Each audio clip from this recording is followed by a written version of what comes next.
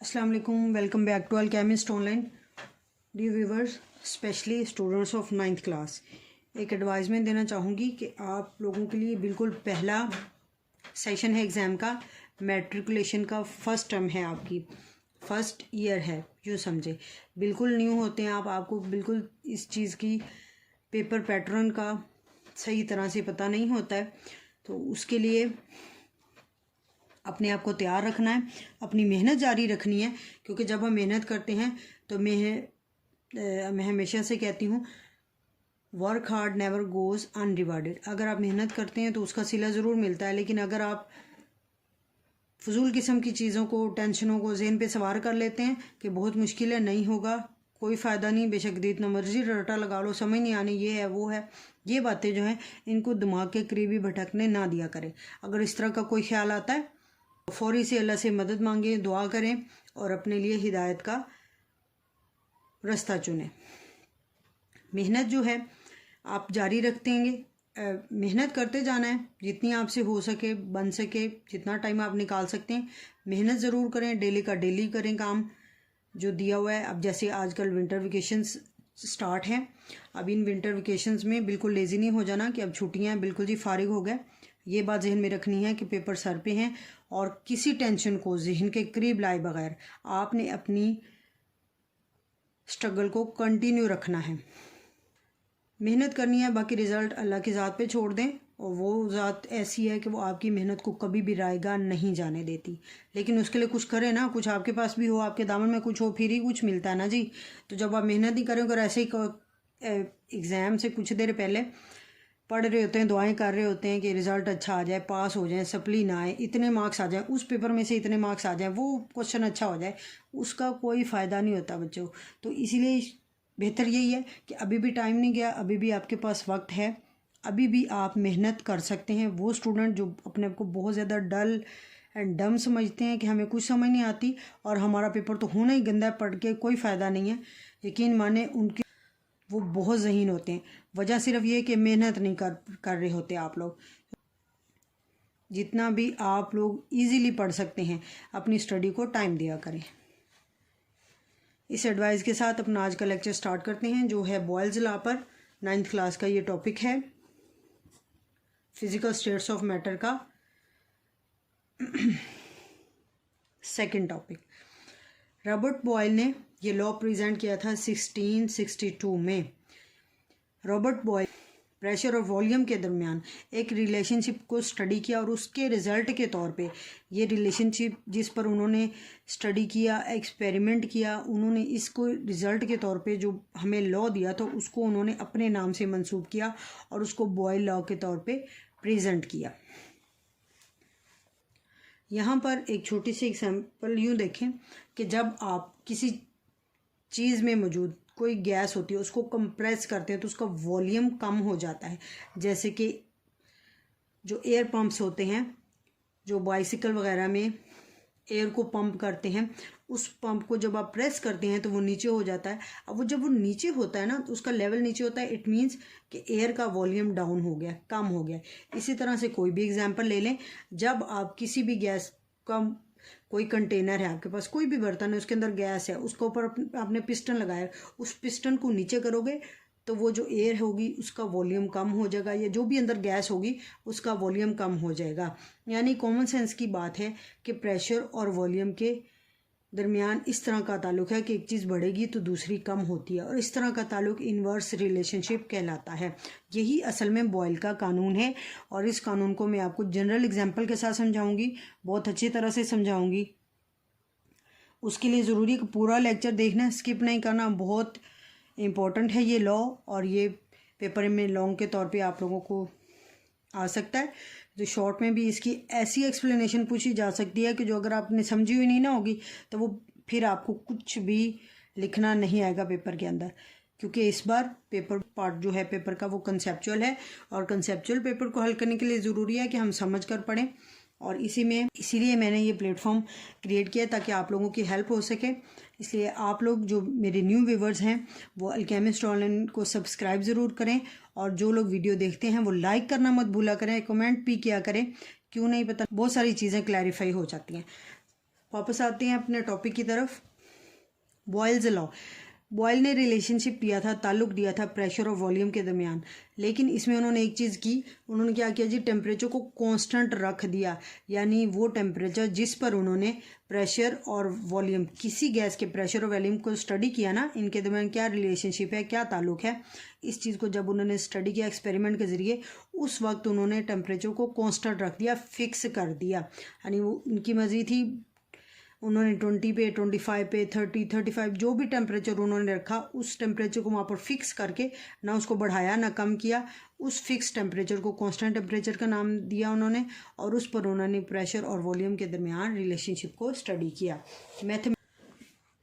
Mathematically इस law को देखें तो हम इसको यूँ लिखेंगे, जैसे मैंने आपको एक जनरल एग्जाम्पल पीछे बताई है कि जब प्रेशर बढ़ाते हैं तो वॉल्यूम कम हो जाता है, प्रेशर को लूज़ करते हैं तो वॉल्यूम अप हो जाता है। मतलब कि ये दोनों एक दूसरे के इन्वर्सली प्रोपोर्शनल हैं, और इसको हम ऐसे लिखेंगे, volume directly proportional to 1/p। ये इन्वर्सली प्रोपोर्शनल ही हो गया, p बटे में चला गया। 1/p मीन्स कि ये चीज़ p इन्वर्सली प्रोपोर्शनल है वॉल्यूम के। अब हम इन्वर्सली को तो नहीं ना लिख सकते, हम डायरेक्टली ही लिखते हैं, इसलिए डायरेक्टली को जब आप लिखेंगे तो आप 1/p कर देंगे। इसका मतलब यही है कि आप वॉल्यूम बढ़ाएंगे प्रेशर कम होगा, या दूसरी तरह से प्रेशर बढ़ाएंगे वॉल्यूम कम होगा, प्रेशर कम करेंगे वॉल्यूम ज़्यादा होगा। एक चीज़ के बढ़ने से दूसरी चीज़ कम होगी। अब इसको डायरेक्टली प्रोपोर्शनल के साइन को हटाते हैं तो हम यहाँ पर इक्वल का साइन लगा सकते हैं, ये फिज़िक्स का रूल है। और इस इक्वल के साइन आप यहाँ पर प्रोपोर्शनैलिटी कांस्टेंट भी लगा सकते हैं, जिसको के बोलते हैं। अब ये के यहाँ पर आ जाएगा 1 की बजाय, और यहाँ पर ओवर पी आ जाएगा। ये वाली इक्वेशन फाइनल फॉर्म में ऐसे लिखेंगे, पी को इधर जाके क्रॉस मल्टीप्लाई कर देते हैं, ये बन जाता है V P is equal to K, और के क्या है जी, कांस्टेंट है। के को हम प्रोपोर्शनैलिटी कांस्टेंट बोलते हैं, और ये गैस की जो अमाउंट होगी ना उसके लिए ये सेम रहता है, इसलिए इसको कांस्टेंट का नेम दिया जाता है। गैस की कौन सी अमाउंट, जितनी भी अमाउंट आपने ली होगी, उस ली हुई अमाउंट पर आप जो भी प्रेशर और वॉल्यूम की वैल्यू लेंगे, उसके लिए के की वैल्यू फिक्स रहती है, सेम रहती है, चेंज नहीं होती। एक्चुअल जो डेफिनेशन है उस लॉ की ये है जी, product of volume and pressure of a fixed mass of a gas is constant at constant temperature. अब ये जो आपने पूरा लॉ यहाँ पर ड्राइव किया है, इसको यहाँ पर एक्सप्लेन कर दिया गया है, लेकिन यहाँ पर एक चीज़ ये है कि आपने साथ ये लिखना है, temperature is constant, temperature constant है, फिक्स है। Product of volume and pressure of a fixed mass of gas at constant temperature is a constant, क्योंकि Vp का प्रोडक्ट हासिल ज़रब है ना, ये V और P का प्रोडक्ट, इसको हासिल ज़रब बोलते हैं, V और P का हासिल ज़रब, ये एक इक्वल आ रहा है कांस्टेंट के। इट मीन्स कि इनका प्रोडक्ट कांस्टेंट है, और ये कांस्टेंट तब होगा जब हम टेम्परेचर को कांस्टेंट रख देंगे। ठीक हो गया। अब यहाँ पर, अब जैसे एक गैस है, आप उसका 2 वक्फे में प्रेशर और वॉल्यूम फाइंड आउट करते हैं। एक जो आपने प्रेशर चेंज किया उसको P2, उस प्रेशर चेंज से जो वॉल्यूम चेंज हुआ उसको V2 बोलेंगे, और इन दोनों का प्रोडक्ट इज इक्वल टू होता है कांस्टेंट के। अब मैथ का रूल यहाँ पर अप्लाई करते हैं जी। P1 क्या है, initial pressure, V1 initial volume, शुरू में इब्तदाई वॉल्यूम, और यह है इब्तदाई प्रेशर। P2 फाइनल प्रेशर, और V2 फाइनल वॉल्यूम, यानी कि आखिरी प्रेशर और आखिरी वॉल्यूम। अब यहाँ पर मैथ का रूल अप्लाई करते हैं, जो क्या है जी, लेफ़्ट हैंड साइड बराबर होंगी तो राइट हैंड साइड भी बराबर हो जाती हैं। कांस्टेंट बराबर है, दोनों इक्वेशन में देखें तो इधर भी के है इधर भी के है। इट मीन्स कि इस इक्वेशन की राइट साइड बराबर है, तो हम लेफ़्ट को भी बराबर कर लेते हैं। P1 V1 is equal to P2 V2, इन दोनों को हमने एक दूसरे के इक्वल कंसीडर कर लिया, क्योंकि ये दोनों ऑटोमेटिकली एक कांस्टेंट के इक्वल हैं, और ये कांस्टेंट जो है इसकी वैल्यू सेम होती है, फिक्स होती है, इसलिए इसको हम यूं भी लिख सकते हैं, P1 V1 is equal to P2 V2।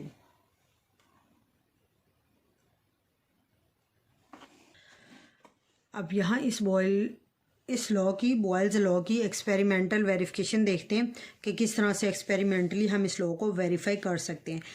Suppose करें कि आपके पास एक गैस है, कोई भी गैस है, आपने उसको एक कंटेनर के अंदर लिया जिसके ऊपर आपने पिस्टन लगा दिया, जिसके जो लिड है, जो ढक्कन है, उस पर आपने मूवेबल पिस्टन लगा दिया। यानी इस पिस्टन को आप ऊपर भी कर सकते हैं, नीचे भी कर सकते हैं, क्योंकि हमने प्रेशर और वॉल्यूम के रिलेशनशिप को स्टडी करना है। इसलिए ज़रूरी है कि आप जो कंटेनर लें उसका जो लिड हो वो मूवेबल हो विद द हेल्प ऑफ हो ऊपर नीचे, और वहाँ पर पिस्टन लगा हो। यहाँ पर देखते हैं कि सपोज़ करें आपके पास यहाँ पर ये जो आपने गैस ली है कंटेनर के अंदर, इस पर जो प्रेशर आपने रखा है वो 2 एटमॉस्फेयर है। ये जो प्रेशर है इसका वेट 2 एटमॉस्फेयर है। ये जो प्रेशर है ये 2 एटमॉस्फेयर है। इस 2 एटमॉस्फेयर पर आप वॉल्यूम नोट करते हैं गैस के उस कंटेनर का, वो आता है जी 1 डेसीमीटर क्यूब। ये पहली कंडीशन है। अब नेक्स्ट कंडीशन में आपने क्या कर दिया है कि आपने प्रेशर इंक्रीज़ कर दिया, डबल कर दिया, दुगना कर दिया है। 2 से प्रेशर हो गया 4 और वॉल्यूम 1 से हो गया इशारिया 5। यानी कि प्रेशर आपने क्या कर दिया है, दुगना बढ़ा दिया है, और उससे क्या होगा, वॉल्यूम दुगना कम हो गया है। प्रेशर डबल करने से वॉल्यूम हाफ रह गया, क्योंकि प्रेशर बढ़ा रहे हैं तो वॉल्यूम कम हो रहा है। इस तरह से प्रेशर आपने 3 टाइम कर दिया है, पहले प्रेशर से 3 टाइम कर दिया है। पहले 2 था, अब ये 6 हो गया, यानी 3 टाइम कर दिया आपने। 3 टाइम प्रेशर बढ़ाने से वॉल्यूम 3 टाइम कम हो जाएगा। पहले वॉल्यूम से वॉल्यूम जो होगा वो 3 टाइम कम हो जाता है। 1 को 3 पे डिवाइड करें ना तो ये आंसर आता है। अगली कंडीशन ये है कि आपने अगले इंटरवल में आपने क्या किया है, प्रेशर को 4 गुना कर दिया पहले प्रेशर से। 4 गुना प्रेशर बढ़ा दिया, यानी कि 8 एटमॉस्फेयर कर दिया है। अब 4 गुना प्रेशर बढ़ाया है तो वॉल्यूम भी 4 गुना कम होगा। लेकिन ये 4 गुना कहाँ कम होगा, पहले वॉल्यूम से। 1 को 4 पे डिवाइड करें तो 0.25 आता है। इट मीन्स कि अगर आपने प्रेशर बढ़ाया है, जिस रेशो से आप प्रेशर बढ़ा रहे हैं वॉल्यूम उसी रेशो से कम होगा। अगर आप प्रेशर डबल बढ़ा रहे हैं तो वॉल्यूम डबल कम होगा पहले वॉल्यूम से। अगर आप प्रेशर ट्रिपल बढ़ा रहे हैं तो वॉल्यूम ट्रिपल कम होगा। प्रेशर बढ़ाने से वॉल्यूम कम ज़रूर होगा, लेकिन उसी रेशो से जिस रेशो से आप प्रेशर बढ़ा रहे हैं। क्लियर होगी ये बात। अब देखते हैं इनके वेरिफिकेशन, इसको हम कैसे करेंगे कि P और V का जो प्रोडक्ट है ये कांस्टेंट आता है। इसको हमने वेरीफाई करना है। असल में जो फाइनल फॉर्म है बॉयल लॉ की PV = K, इसको हम वेरीफाई करने जा रहे हैं। अब यहाँ पर 4 सूरतों में हमने स्टडी किया, इसलिए हम इसको 4 फॉर्म में वेरीफाई करेंगे। सबसे पहले जी P1 V1, ये पहला प्रेशर पहला वॉल्यूम। पहला प्रेशर क्या था, 2 एटमॉस्फेयर, वॉल्यूम क्या था 1 डेसीमीटर क्यूब। इनको मल्टीप्लाई करें, आंसर 2 एटमॉस्फेयर डेसीमीटर क्यूब आता है। दूसरा प्रेशर P2 V2 मीन्स के second pressure and second volume, इसकी वैल्यू आपने यहाँ पर लिखी, इनको मल्टीप्लाई करेंगे भी तो आंसर 2 ही आएगा। इस तरह से थर्ड जो कंडीशन थी कि आपने प्रेशर 3 गुना बढ़ा दिया, वॉल्यूम भी 3 गुना कर दिया, इसको हमने P3, थर्ड प्रेशर को P3, थर्ड वॉल्यूम को V3 बोला, और इनको मल्टीप्लाई करने से आंसर सेम आ रहा है। इस तरह से फोर्थ कंडीशन जो चौथा इंटरवल था उसमें हमने क्या किया कि प्रेशर को 4 गुना कर दिया, उसकी वैल्यू को हम P4 कहेंगे। चौथा वॉल्यूम जो V4 है, इन दोनों को मल्टीप्लाई करें तो आंसर क्या आता है 2 एटमॉस्फेयर डेसीमीटर क्यूब। यहाँ पर एक बात नोट करें, 4 टाइम्स जो आपने प्रेशर चेंज किया और उससे जो वॉल्यूम चेंज हुआ, उन दोनों का प्रोडक्ट सेम आ रहा है। यानी कि आंसर प्रोडक्ट इन दोनों का कांस्टेंट था ना, पीछे पड़ा P = K कांस्टेंट। यहाँ पर देखें ये भी 2 है।